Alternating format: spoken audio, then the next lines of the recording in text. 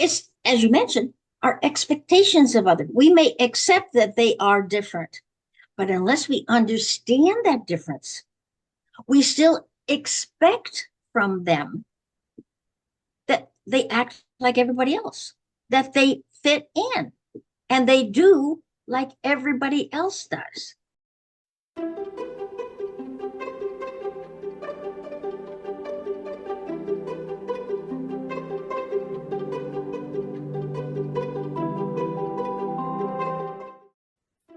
Hi, I'm Stacy Neustadt. I am a speech language pathologist and the CEO at Making Sense of Autism, and I'm a student of Susan.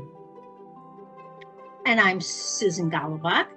I am a now retired occupational therapist who has worked many, many years after I discovered even my own autism with other autistic individuals.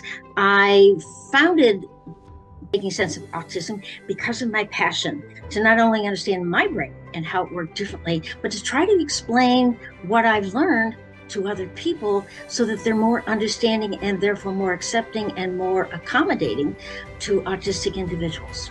So, our goal is to help you provide the right support without trying to fix autism, but by understanding it.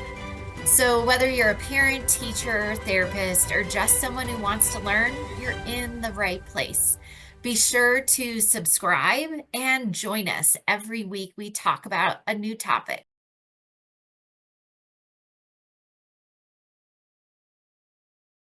Thank you for being here and taking the time to better understand autistic individuals. If our videos and conversations resonate with you, be sure to subscribe and follow along.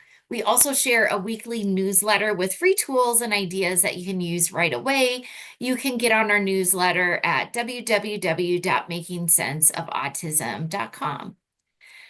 It's the beginning of April, and most people that are in this world know that April is Autism Awareness, Autism Acceptance Month. But what if the biggest shift this month isn't about what we teach, but how we see autistic individuals? Sue, when we talk about autism awareness or autism acceptance, what do you feel is still being missed about truly understanding autistic individuals?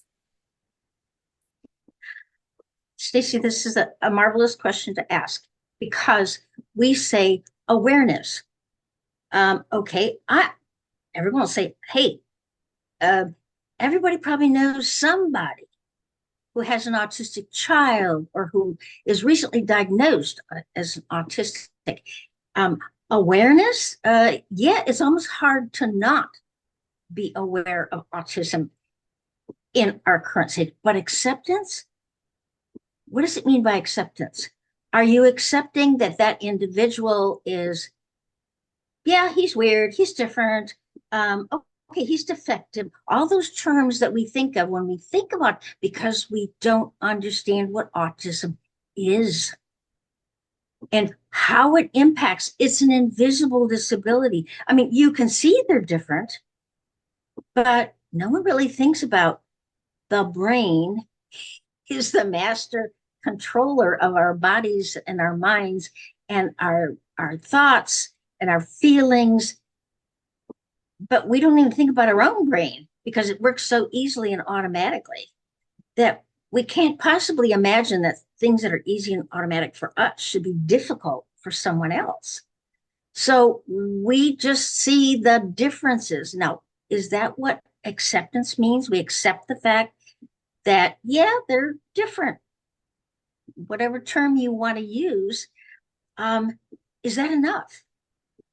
Or do you really want to know and understand that individual as you would, excuse me, every individual in the world is different from each other. They have slight differences in the way they look, in the way they act, based on their culture, in the languages they speak, etc. Everyone's different. So, is acceptance a matter of accepting that, okay, being different is okay. Everybody is different from each other. So, but do you want to learn to know that individual as an autistic individual? Um, because yes, they do have some classic ways in which they are different, just like other cultures. I mean, the Italians have cultural differences in the way they speak and the food they eat, etc. It's a matter of being curious, of let's look at things from your perspective and accepting the fact that you can have a different perspective, but it's perfectly valid. Um, Yeah, Especially the acceptance piece is just that first layer, right? Like you said, you could accept that person, but I think the obstacle comes in when, yes, I accept this person, but this behavior happened and I'm gonna, or I need them to do this thing, so I'm going back to compliance. And if somebody says, "Oh, I accept them for who they are, but," and then go to this compliance, what do you Mhm. feel like is the disconnect? What is missing there to show that you're truly accepting them? Well, it's as you mentioned, our expectations of others. We may accept that they are different, but unless we understand that difference, we still expect from them that they act like everybody else, that they fit in, and they do like everybody else does. Or don't do, right? You Yeah. don't hit, you don't scream, you don't bite, even though it might be their go-to to get their sensory needs, to be heard, to say, "I'm not ready for this." And you're right, that is where we can say we accept, but if we don't accept and support those behaviors or support them so they can find a different way to communicate those things, would you say they're really accepting the individual? No, not really. They are I guess they can say they're accepting of that individual and their differences, but it's so hard to understand what you have never experienced. So, therefore, how can you possibly understand um, an autistic individual if you've never experienced the way they perceive and respond to things without getting to know them as an individual, without re looking at the way in which they behave is is the same thing you're doing as far as expressing themselves either socially or their needs, their wants, but in a different way. So unless you can see the connection between what they are communicating, what they are doing, is basically it serves the same purpose, the same need as yours, but in a different way. Yeah. And again, that's acceptance, accepting that you're trying to communicate this in a different way. I don't want you to be aggressive to me, so I'm going to teach you another way to communicate, and accepting all forms of communication. We talk about that a lot, that it doesn't always have to be oral speech. It could be gestures, it could be AAC, it could be writing things out or typing things out. It could be a variety of ways. And when you accept that communication in that moment, because there is a need being expressed, and label what that need is, that I know that's what I see as acceptance versus trying to mold the individual to do things in the way that I want them to do because it makes sense to me. Mhm, mhm, mhm. So to you, what would understanding look like instead of what maybe someone is doing right now of trying to get the individual to communicate or do things in the way that they want them to do it? What would true understanding look like?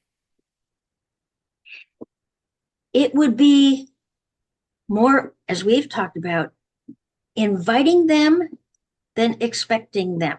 In other words, let's do this together, or this is what I want to do. Will you join me?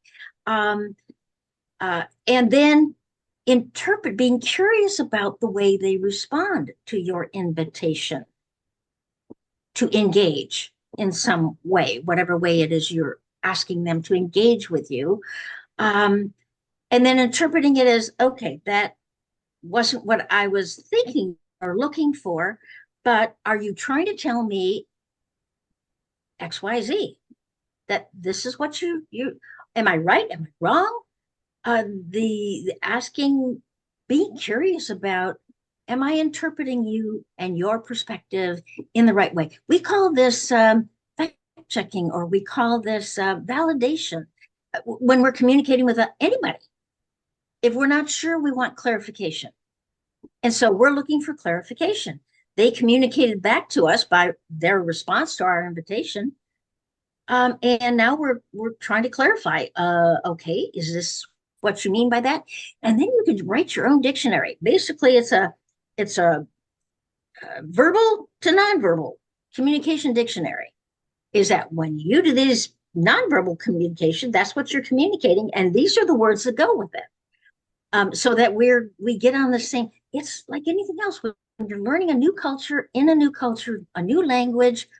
Um, you have to be curious about it. You can't demand that you go to France and the French should think and act the way you do. I mean, that's unrealistic. Most people should know that. Well, the same thing with any individual who is not, who comes from a different culture or different perspective. You learn from them. I love that you mentioned the dictionary, and we have a free tool below of what is this behavior telling me? Because instead of thinking, how do I change this behavior? You could shift to what might this be telling me? So if you notice that every time you present a new activity and your client pinches you or tries to hit you or rips it up, instead of viewing that as how do I get them to do this, look at what could they be trying to tell me in this moment? Are they telling me this was unexpected? Are they telling me I don't think I can meet this expectation? Are they telling me I'm not ready for this yet? Or it's too hard? And so if you create this dictionary and you start to see that pattern of, yeah, every time I present a new activity, this is what they do, changing how you present activities is going to completely help that individual feel understood and accepted because you're going to talk about that. Oh, I see. Whenever I give you something new, it looks like you're not ready, or maybe you don't want it because you're pinching or this or that. Am I right? Are you trying to tell me you're not ready? And then offer some suggestions of, do you want me to do it first? Do you want me to show you? Do you want something different? And looking at how that individual does like new concepts being presented. Maybe it's presented through a video before it's presented in a different way.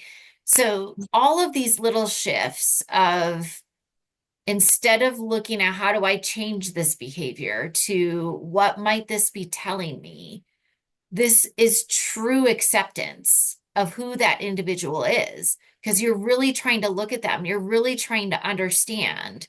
And when you truly try to understand, that tells that individual, hey, I accept you learn differently. I accept you're trying to tell me you're not ready for this. I accept you're trying to tell me you might need some support with this. So try it once today. It's something simple to implement. And I think you'd be really surprised at what you start to see. You're going to see a change in their behavior simply because they feel they don't have to use that behavior anymore because you get it. You simply say, well, if you would just do it this way, I will get the message much faster. Now you can make Absolutely. a suggestion and they're likely to follow through. Absolutely. And what a great way to start this acceptance month with truly shifting what we do to show we accept autistic individuals.